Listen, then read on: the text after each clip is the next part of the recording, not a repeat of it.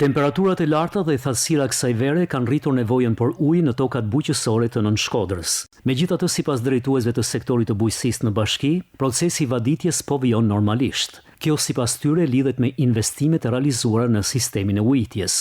Vetëm në njësinë administrative Bërdic janë përfshirë në procesin e vaditjes rreth 500 hektar tokë bujqësore.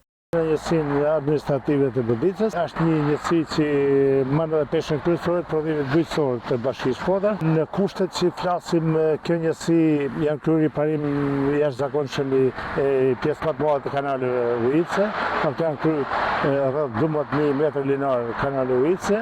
Që nga nisja e sezonit në zonën e Nën Shkodrës janë realizuar 3 cikle të plota vaditjeje, gjë që pritet të ndikojë në rendiment dhe në cilësinë e prodhimit. Sipas specialistëve, pritshmëritë janë për një prodhim prej rreth 100 deri në 120 kuintal misër për hektar. Edhe për kulturat e tjera, parashikohet rritje krahasuar me një vit më parë. Përveç misrit, zona e Shkodrës shquhet edhe për bimë të tjera të arave, siç është jonxha, gruri, hasallat në shërbim të blegtërisë, perimet, për të cilat në këtë vit falë këtë investimi kanë ndikuar jashtëzakonisht për mirë në rritjen e cilësisë dhe sasisë së prodhimit. Me temperaturat e larta që pritet të vijojnë edhe gjatë ditëve në vazhdim, sigurimi i ujit për tokat bujqësore mbetet një nga prioritetet e fermerëve të Nën Shkodrës.